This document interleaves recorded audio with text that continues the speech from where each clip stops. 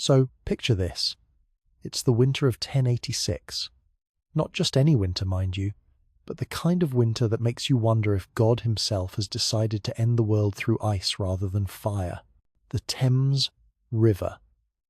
The Thames, completely frozen solid for 3 months. Think about that for a second. 3 full months where you could walk across one of England's major waterways like it was a cobblestone road. And the death toll? 1 in 4 people. Gone. Just gone. Across all of England. That's the kind of mortality rate that rewrites societies. Now, in a village called Ashford, there's a boy named Thomas. He's maybe 8 years old, huddled in his family's wooden hut, and he's watching his infant sister die. There's nothing he can do, nothing his parents can do. The cold just seeps through those wooden walls like they're not even there. It's relentless, merciless, the kind of cold that doesn't care about your prayers or your tears or how tightly you wrap that baby in. Whatever scraps of cloth you can find. But here's where it gets interesting. Across the valley from Thomas's tragedy, the Miller's family, they're fine. Not comfortable exactly, but alive, warm, even. And the difference between life and death, between Thomas's frozen sister and the Miller's surviving children, comes down to one thing: stone. The Miller's cottage was built from stone, and not just any stone construction, but something far more sophisticated than you might imagine for what we tend to dismiss as the Dark Ages. These walls had gaps, deliberate gaps, carefully placed between the stones, and warm air from the central hearth would rise through these gaps in a way that created, well, they didn't call it a thermal circulation system because they didn't have that vocabulary, but that's exactly what it was, a breathing wall system. Now, you might be thinking, wait, gaps in the walls? In winter? That sounds like the opposite of what you'd want, and that's what makes this so brilliant. These weren't random cracks. This was knowledge, ancient knowledge. Go back 2,000 years before the birth of Christ. The Celts who inhabited Britain discovered something remarkable about certain types of stone, particularly serpentine and granite. These stones would hold the sun's warmth through the night like... The medieval people had this wonderful image, like sleeping dragons guarding their hoard of heat. During the day, these stones would absorb warmth. At night, they'd release it slowly, steadily, keeping the interior of a dwelling livable when the outside world was trying to kill you.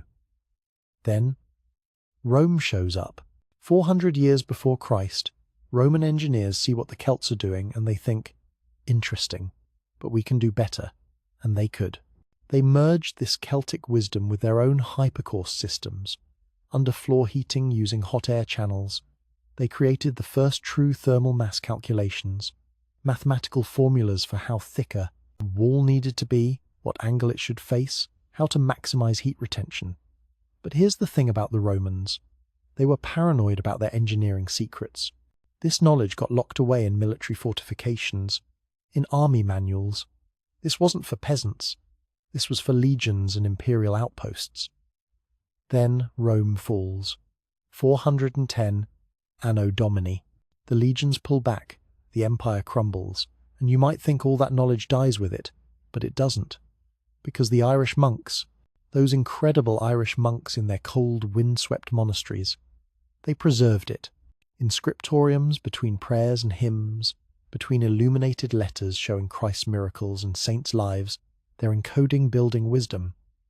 How to stack stones, how to create mortar that strengthens with age, the proper ratios of wall thickness to room dimensions, all of it hidden in plain sight in religious manuscripts. But then 793 happens. The Vikings arrive. Lindisfarne Monastery gets raided, and suddenly everyone in Britain is dealing with a new reality. You need buildings that can resist not just winter, but fire.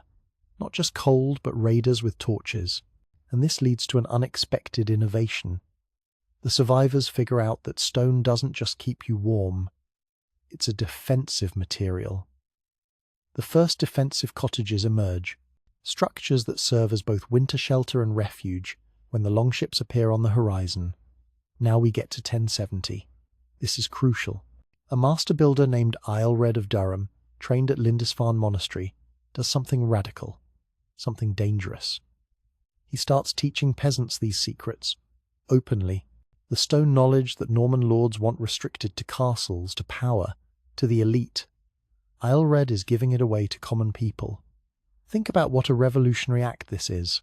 This is like, imagine someone today releasing classified military technology as open-source software. The Norman aristocracy is furious. This knowledge is supposed to maintain hierarchies. Stone castles for lords, wooden huts for peasants. That's the order of things. But Aelred doesn't care, and his apprentices spread across northern England, carrying this precious knowledge written on vellum, hidden in their travelling packs. The ratio of wall thickness to room size, the angle of windows to capture winter sun, the mysterious properties of lime mortar that actually grow stronger with age. Like fine wine, except instead of getting you drunk, it keeps your walls standing for centuries. These apprentices become seeds on the wind, each one carrying the potential to transform how people live, to turn survival into something more than just luck or noble birth, to make warmth and shelter and safety something you could build with your own hands, if you had the knowledge. And that knowledge was about to spark a revolution, one that would be built stone by stone, cottage by cottage, life by life. A revolution that would quite literally be mortared together with blood, sweat and tears. But that transformation? That came at a cost you might not expect. Between 1100 and 1200 Anno Domini, something extraordinary happens across the English countryside. Entire villages transform themselves. And I want you to understand what this actually meant, not in abstract terms, but in human terms, in broken backs and crushed fingers, and sometimes in lives. In the Cotswolds, there's a woman named Margaret. History remembers her as Margaret the Strong, and you're about to understand why. Her husband dies when a wall collapses during their cottage's construction. Just. One moment he's there, the next he's under 2 tons of limestone. And Margaret has a choice. She can abandon the half-built cottage, return to their wooden hut, accept that this dream of stone walls dies with her husband, or she can finish what they started.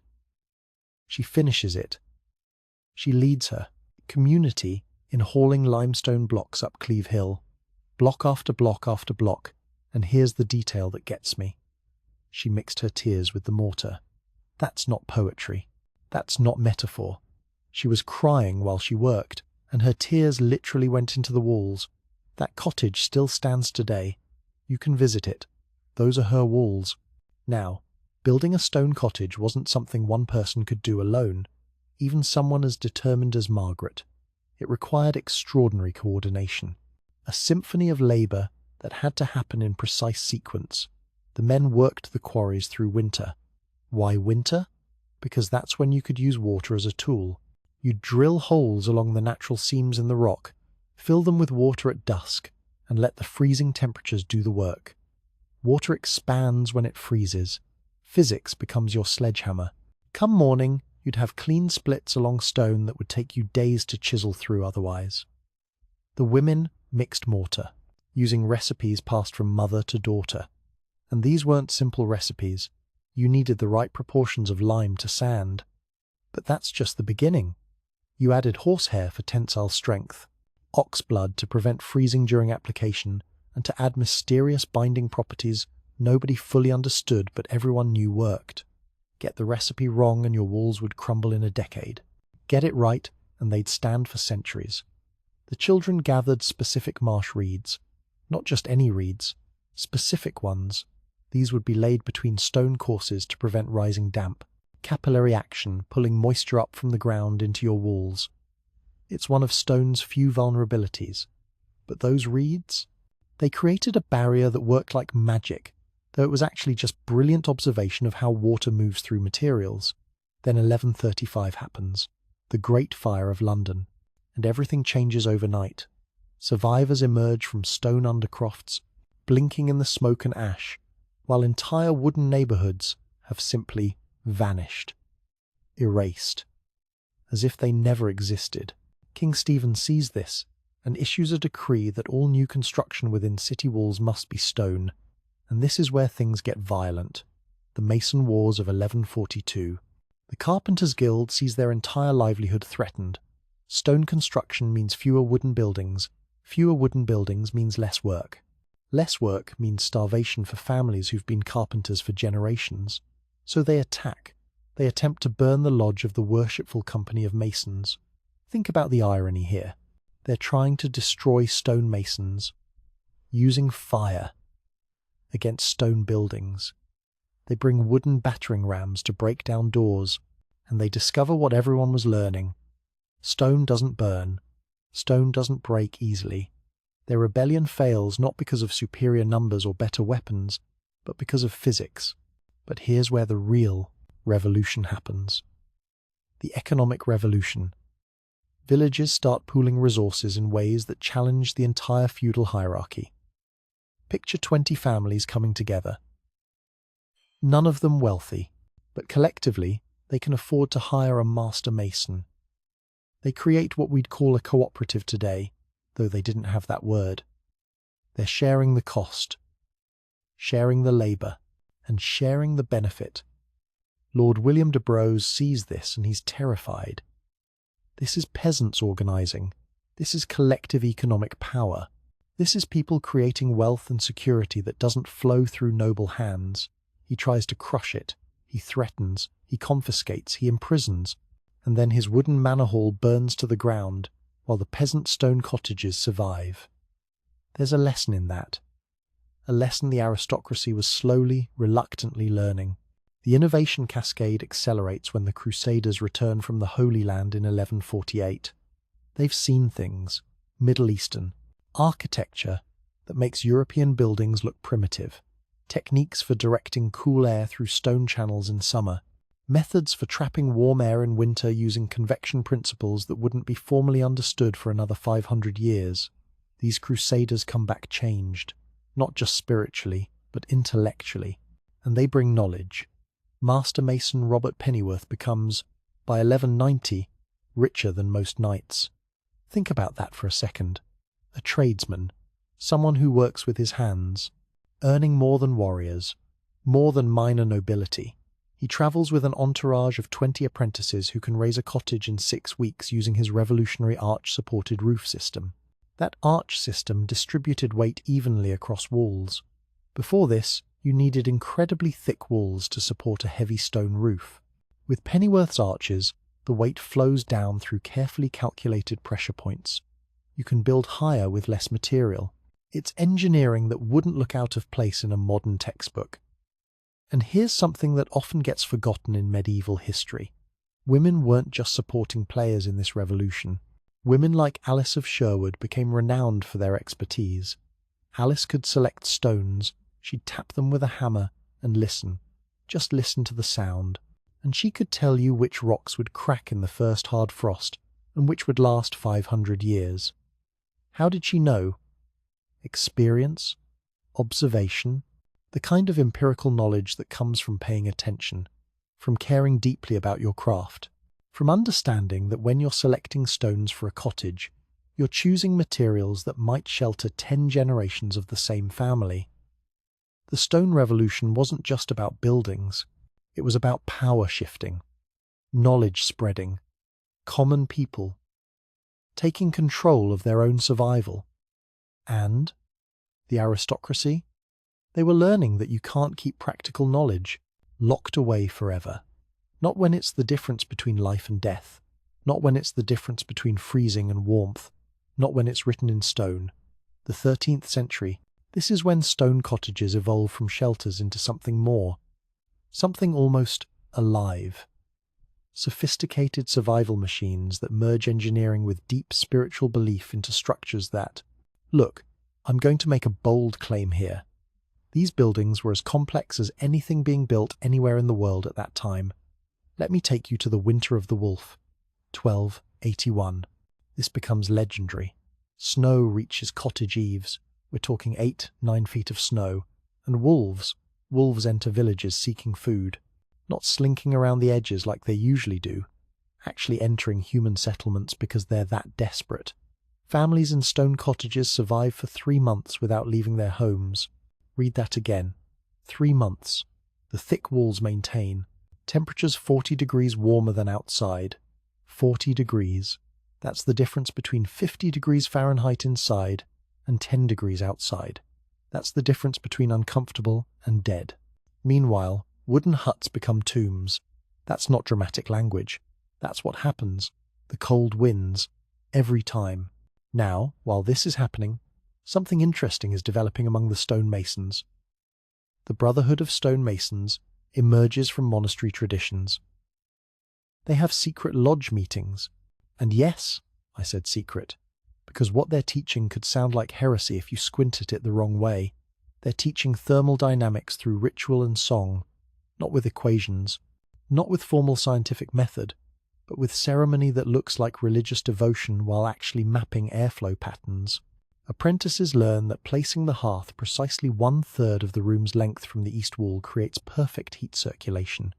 They learn this through rite, ceremonial dances, movements that trace the path the warm air takes as it rises from the fire, spreads across the ceiling, cools, and descends along the far wall before returning to the hearth. It's brilliant camouflage. If the church authorities ask what you're doing, you're performing religious devotion. If a fellow mason asks, you're learning building science. But the spiritual aspect isn't just camouflage. People genuinely believed they were working with sacred principles. Every cottage incorporated protection magic woven into its structure, foundation stones blessed with holy water and sage. This wasn't optional. This wasn't superstition separate from the building process. This was part of the building process. You wouldn't dream of laying a foundation without blessing the stones first. Iron horseshoes built into lintels to ward off evil. You can still see these in medieval cottages today. Iron above doorways. Iron in corners. Iron anywhere spirits might try to enter. Family. Names carved in Latin above doorways to claim divine protection. This served multiple purposes. It marked ownership, yes, but it also invoked protection. Your family name in Latin, the language of the church, carved in stone above your threshold. You're saying, this house is protected by God and by law. And here's something fascinating that monastery records document. They called it the stone peace. Children who grew up within stone walls developed different dreams than those in wooden huts. Their sleep was deeper, more peaceful. No wind whistling through gaps, no sudden cold drafts, no creaking and groaning of timbers. This led to calmer temperaments, longer attention spans for learning. It's a psychological transformation that nobody expected. The physical comfort of stone walls was creating mental and emotional differences between populations. Regional styles emerged during this period, like languages, each region developing its own dialect of stone architecture, based on local materials and local weather patterns. Cotswold cottages with their honey-coloured limestone and steep roofs to shed snow. That limestone is local, it's what's available, and that colour, when sunlight hits those walls, they glow like honey, like liquid gold. It's stunning. Welsh cottages built from slate stacked like dragon scales. Slate splits naturally into thin, flat sheets. Stack them right, and water runs off them like water off a dragon's back, perfect for the constant Welsh rain. Devon cob cottages mixing stone foundations with earthen walls. This is hybrid technology. Stone where you need strength and moisture resistance. Earth and straw where you need insulation and flexibility. It's sophisticated material science developed through trial and error. Scottish black houses where families and cattle shared stone spaces, divided by wooden partitions. The cattle's body heat helps warm the human living area. The human's presence helps protect the cattle. It's symbiotic. Architecture. Then 1247 happens. The Great Storm. This becomes stone cottages' greatest trial. Winds that lifted oak trees like feathers. Trees that had stood for 300 years just gone. Ripped from the earth and thrown across fields. Wooden buildings lifted like toys. Entire structures tumbling across the landscape. Stone cottages? They stood. Many lost their roofs, yes. Roofs were still mostly wooden with slate or thatch covering. But the walls stood, and walls standing means you can rebuild. Walls gone means you start from nothing. This storm leads to innovations in stone-pinned slate, methods of attaching slate roofs to stone walls using stone pegs that could withstand hurricane-force winds. It's inspired engineering, crisis-driving innovation. By 1300, something remarkable has happened. A cottage's stones carry family history, births carved on hearthstones, the place where life begins in the home, where the warmth is, where families gather. That's where you record new life. Deaths, marked on threshold blocks. The place where you cross from home to world, from sacred space to common space. That's where you record endings. Marriages celebrated with new lintels bearing intertwined initials. You'd commission a mason to carve a new lintel when two families joined. Those initials, intertwined forever in stone above your doorway, announce this union to every person who enters.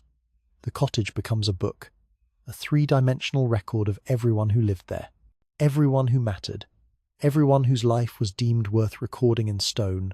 These aren't just buildings anymore. They're family chronicles. They're fortresses. They're spiritual sanctuaries. They're engineering marvels developed through collective intelligence over centuries, and they're about to prove their worth in ways nobody could have imagined. 1348, the Black Death arrives in England, and over the next 2 years, half of Europe dies. Half. Imagine every other person you know just gone. The social fabric doesn't just tear, it disintegrates. But here's what nobody talks about enough. The stone cottages become arks of survival, places where families can seal themselves away from the plague, moving through wooden neighborhoods like fire through dry grass. Now, we have to be careful here. Stone didn't make you immune to plague. Fleas don't care about your building materials. But stone cottages had advantages. They could be sealed more effectively. They had fewer gaps where rats could enter. And the families wealthy enough to afford stone construction often had enough food stored to stay isolated longer. The economic data that emerges after the plague is staggering.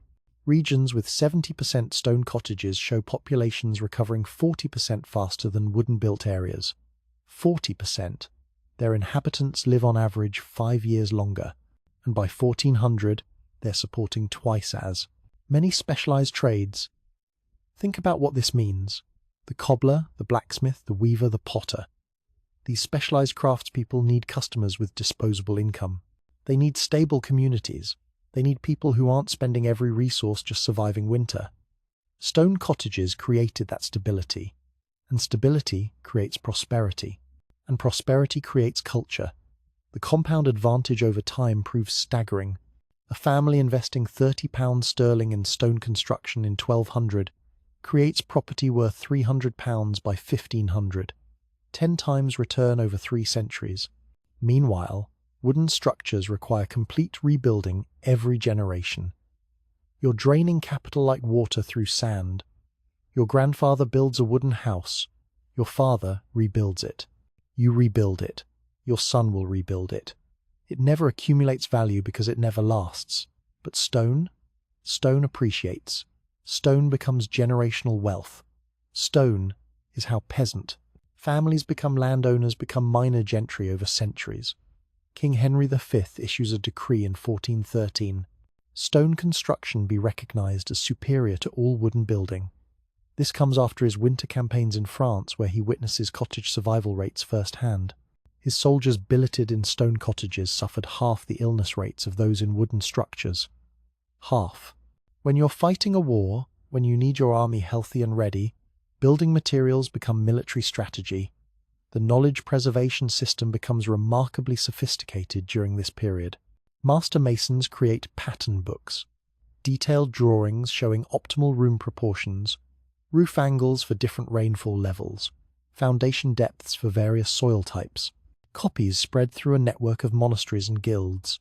It functions like, imagine a medieval internet, information flowing between nodes, being copied, refined, updated, and redistributed. A master mason in Ney. Cornwall develops a technique for dealing with coastal winds. That knowledge reaches Scotland within a year, then Ireland, then back to northern England with new refinements. Now, here's something that blows my mind. Modern thermal imaging of medieval stone cottages reveals insulation values matching 1950s construction. These medieval builders, working without formal scientific training, without thermodynamics, without any of our modern understanding, they achieved through empirical observation what took modern engineering centuries to replicate. They understood thermal mass before we had the term. They understood convection before we had the equations. They understood building science through doing, through failing, through succeeding, through passing knowledge generation to generation. Today, people living in medieval stone cottages describe something almost mystical. Sarah Whitfield lives in a 700-year-old Gloucestershire cottage. She talks about feeling the presence of countless generations in the worn stone steps. Each depression in that stone represents thousands of footsteps, thousands of people climbing those stairs to bed, to wake, to live their lives, the smoke-blackened beams. You can see the char marks from 6 centuries of fires. Each layer of soot represents someone cooking dinner, someone warming their hands, someone gathering their family around the hearthstone polished smooth by centuries of feet. People stood there, right there, for 600 years, standing in the same spot, warming themselves at the same fire, living fundamentally similar lives across vast stretches of time.